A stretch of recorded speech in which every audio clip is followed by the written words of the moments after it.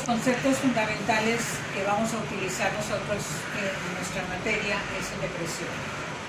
La forma más sencilla de presión que podemos, la definición más sencilla que presión es fuerza por unidad de área.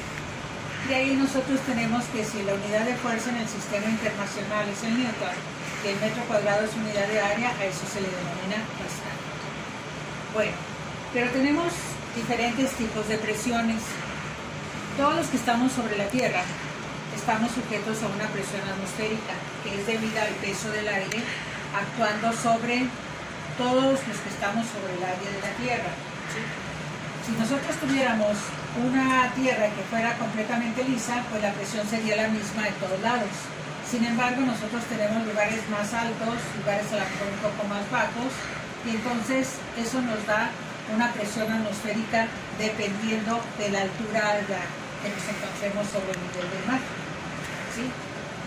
La presión atmosférica al nivel del mar se le conoce como atmósfera.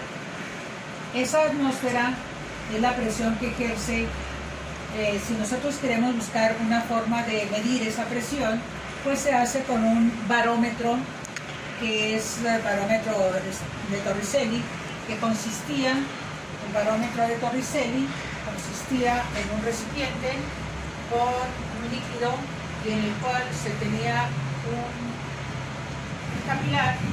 Ese líquido, al estar abierto, está ejerciéndose aquí el aire una presión. Al estar ejerciéndose esa presión sobre este líquido que está aquí, este líquido va a ser empujado sobre la columna de capilar de mercurio. ¿Por qué mercurio? Porque es un líquido pesado. Si lo hacemos con una columna de agua sería demasiada la altura que tendríamos de tener. Un barómetro de ese tipo lo pueden ver ustedes en el laboratorio de fisicoquímica. Entonces, la presión al nivel del mar equivale a una atmósfera, y dice esa presión que ejerce una columna en un capilar de mercurio que alcanza una altura de 76 centímetros. ¿Cuál es la fórmula para determinar esa presión? Una de las fórmulas de presión, ahorita la relacionamos, es densidad por gravedad por altura. La densidad del mercurio es de 13.6 kilogramos por decímetro cúbico o 13.600 kilogramos por metro cúbico. La aceleración al nivel del mar, 9.81 metros por segundo cuadrado, y la altura en metros, 0.76 metros. Y entonces encontramos que la presión de una atmósfera equivale a 1.013 por 10 a la 5 pascales. Esa es una unidad de equivalencia que deben de recordar porque va a ser utilizada muy frecuentemente.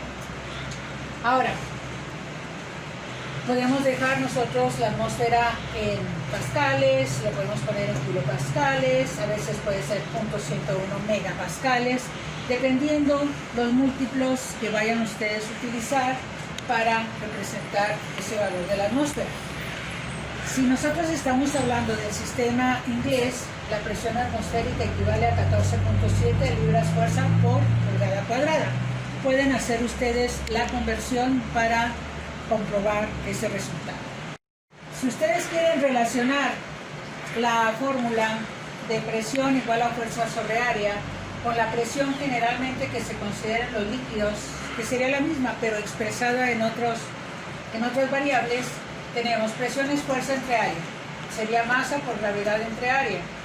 La otra fórmula que tenemos es masa, presión es igual a densidad por gravedad por altura o una longitud. Si nosotros tenemos densidad, es igual a masa entre volumen, ¿sí? Por lo tanto, la masa será densidad entre volumen. Y el volumen es igual a un área por una longitud. Si sustituimos en esta fórmula, presión es igual a la densidad, masa entre volumen por gravedad por altura. Eliminando, nos quedaría llegar a la conclusión de que tenemos esta fórmula, corresponde a la fórmula de fuerza entre área. ¿Sí? Entonces, ese es un concepto de presión atmosférica.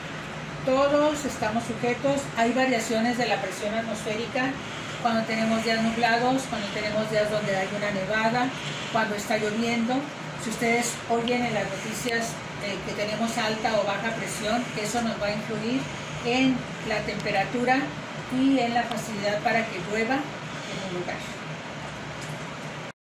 Bueno, tenemos otro concepto que es la presión manométrica. Cuando tenemos un fluido, ¿sí?, en un recipiente, ese fluido va a ejercer una presión. Es la presión en el interior de un recipiente en donde está contenido un fluido, ¿sí? Si es un gas, el gas, las moléculas del gas están muy separadas, entonces tienen movimiento. Eso lo vamos a ver un poquito más adelante en la teoría cinética molecular. Entonces, la presión del gas es debida al número de choques por unidad de área debido al movimiento molecular. Las moléculas, al estar en constante movimiento, están constantemente chocando, y eso es, el choque es una fuerza por unidad de área, y eso nos da la presión. Eso hace que cuando un gas está a mayor temperatura, las moléculas se mueven más, y pues claro que va a haber más choques y va a aumentar la presión, ¿sí? Ahora, también los líquidos ejercen una presión dentro de un recipiente, ¿sí? Esa presión se va a manifestar en el fondo, debido al peso del líquido sobre el fondo del recipiente, no en los alrededores.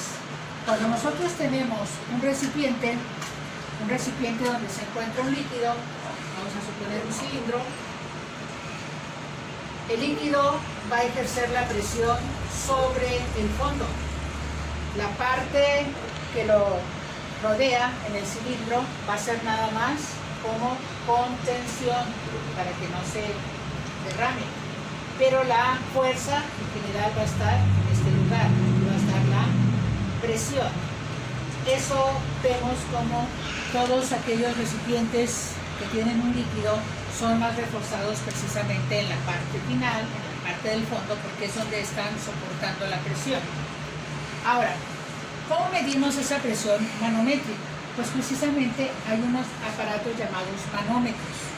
Si ustedes ven algún tanque de oxígeno o de algún otro gas, van a encontrarse con que tienen un manómetro, que es precisamente un aparato con carátula que lo vamos a ver en el laboratorio, ustedes lo van a consultar, donde nos marca diferentes tipos de unidades, pero con eso se va a medir exclusivamente la presión dentro del recipiente, ¿sí?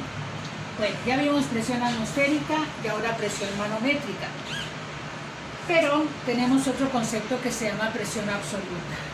Ojo, todos los problemas que se hacen de presión es en base a presión absoluta, ¿sí? Para que no lo olviden, a presión absoluta y a temperatura absoluta. Okay. ¿Qué es la presión absoluta? Pues va a ser la suma de las dos, la presión manométrica más la presión atmosférica, porque al final de cuentas, si estamos en un lugar donde hay una presión atmosférica, la presión total viene siendo la suma de las dos. Sí. Ahora, como la presión atmosférica es debida al peso del aire, puede ser que en un recipiente nosotros saquemos una cantidad y hagamos un vacío, saquemos aire, y entonces también hay una presión que se llama de vacío, donde la presión manométrica es negativa, la presión atmosférica siempre va a ser positiva, y entonces eso nos indica que se ejerce una parte del aire que podría estar ejerciendo esa presión, del aire o del fluido del que estemos nosotros hablando. Creo que con esto queda claro lo que es presión absoluta y presión manométrica.